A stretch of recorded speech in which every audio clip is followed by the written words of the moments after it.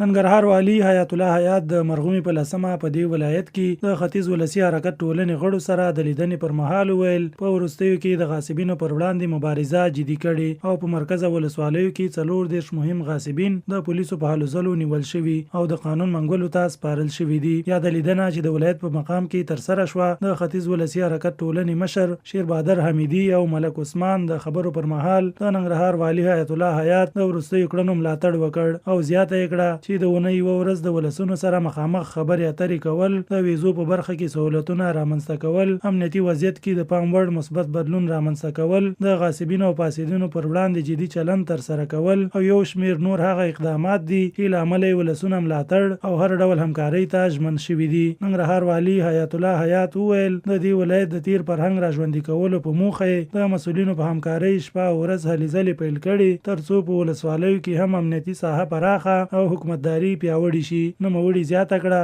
په غنیخیلو ولسوالۍ کې عملیات جریان لري چې له امله به سیمې او د جلال آباد تورخم لویه لار هم امن شي. هغه وایي په دې ولایت کې د غاصبینو او فاسدینو پر ضد جدي مبارزه پیل کړي او په وروستیو کې 40 مهم غاصبین د پولیسو له لوري نیول شوي او د قانون منګولو ته سپارل شوي دي.